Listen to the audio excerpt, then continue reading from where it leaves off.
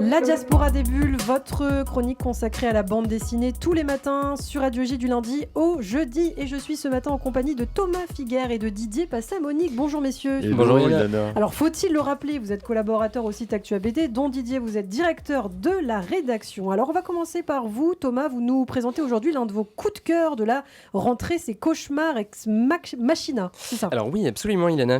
Vous savez, je dirais qu'il y a différents types de livres. Il y a ceux qu'on découvre par hasard au détour d'une librairie, ceux qu'on achète et qu'on laisse prendre la poussière pendant des mois, les classiques que l'on doit lire depuis des années, et enfin ceux dont on attend la sortie en trépignant d'impatience. Pour ma part, ce Cauchemar Ex Machina faisait très clairement partie de cette dernière catégorie. Alors il est scénarisé par Thierry Smolderen, qui est un érudit de la bande dessinée et que notre ami Didier connaît bien. Oui, il est prof à l'ESI à Angoulême. Didier connaît tout le monde. C'est ça le problème. Oui, il est belge aussi, il faut préciser. Allez, encore un petit belge sur la route. Et donc ce Cauchemar Ex Machina est dessiné par l'artiste argentin Jorge González. Donc je ne peux que vous conseiller d'aller voir son travail, le feuilleter en librairie ou sur internet. C'est un plasticien absolument incroyable. Mais je ne voudrais pas trop m'appesantir sur les auteurs pour consacrer quelques minutes qui me sont allouées au superbe album que ces messieurs viennent de publier aux éditions d'Argo. Donc on va commencer par son histoire. On est en 91 à Paris et un meurtre vient d'être commis. L'auteur de romans mystères français Corneille Richelin, qui est un personnage fictionnel, a été assassiné et nul ne sait où a bien pu passer le tueur. Aucune trace d'effraction n'est relevée par les agents dépêchés sur place et rien ne semble avoir été volé. C'est un mystère. Le mystère plane. Mais dès la page suivante, la narratrice de l'histoire, Marjorie Allingham, passe aux aveux. C'est elle qui a tué l'auteur français. Problème, l'autrice britannique, qui elle pour le coup a réellement existé, est décédée 25 ans plus tôt, en 1966.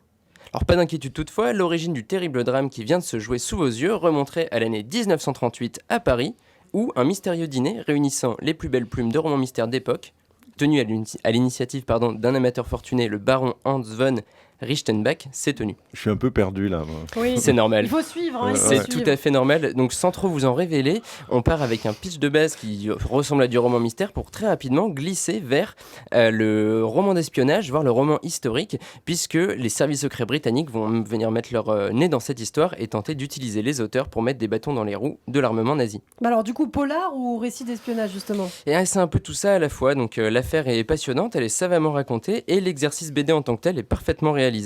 Comme on le disait un petit peu plus tôt, on est sur deux érudits de la bande dessinée. Un des albums à découvrir en cette rentrée de janvier. Eh bien, merci beaucoup Thomas Figuère. Donc le titre de l'album c'est Cauchemar Ex Machina par Thierry Smolderen et Jorge González aux éditions d'Argo. Eh bien, merci beaucoup de nous le faire découvrir. Alors je me tourne vers vous à présent Didier. Vous nous présentez Saint-Elme. Mais alors qu'est-ce que Saint-Elme, Didier ?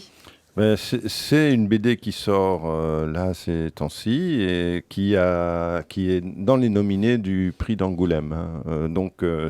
Belle BD de Serge Lehmann, qui est le nom de plume de Pascal Fréjean, qui est un écrivain, scénariste, critique, surtout connu dans le domaine du fantastique et de la science-fiction. Il a été co-scénariste avec Enki Bilal du film Immortel ad vitam. Et puis il est surtout l'auteur de la série en 6 volumes La Brigade chimérique, co-écrite avec Fabrice Collin. Et puis d'une BD qui a été remarquée, qui s'appelle L'Homme gribouillé avec Frédéric Peters, que l'on retrouve ici. Il remet le couvert parce que Peters, c'est un dessinateur qui a une belle carrière déjà. On l'a connu par Les Pilules Bleues, puis L'Odeur des garçons affamés, avec Louis Fong, Lupus, Hergé, Hama. C'est un dessinateur brillant, très moderne et aux couleurs surtout très frappantes. Saint-Elme est une nouvelle série qu'on peut inscrire dans la veine du réalisme fantastique. Alors, que raconte Saint-Elme ? Alors, j'allais vous le demander, justement, Didier. Saint-Elme est une ville d'eau, un peu comme Vittel ou Saint-Yor, avec l'une des plus grandes réserves d'eau minérale du monde. Elle est glauque à souhait, cette ville. Elle est complètement dans les mains de la famille Sachs, des mafieux de Première-Bourg. Arrive un privé, Franck Sangaré, qui recherche un jeune homme en rupture de ban avec sa famille. Il va être bien reçu. L'histoire commence par une tuerie sans nom, avec une petite fille séquestrée qui s'échappe et qui dessine partout des signes cabalistiques. Il est sur le point d'y passer, car les malfrats du coin ne ménagent pas. Cherche à savoir qui est le commanditaire de son enquête. Et donc, on attend le frère de la victime, de celui qui vient de se faire tabasser, un peu comme Godot. Et c'est poisseux à souhait, la ville est envahie de grenouilles. Vous avez aimé, Didier ?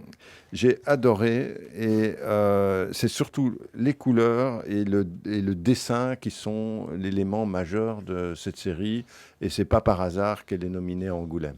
Eh bien, merci beaucoup, Didier. C'est donc Saint-Elme, tome 1 et 2 par Serge Lehmann et Frédéric Peters. Merci. À très bientôt sur Radio J. À bientôt. À bientôt.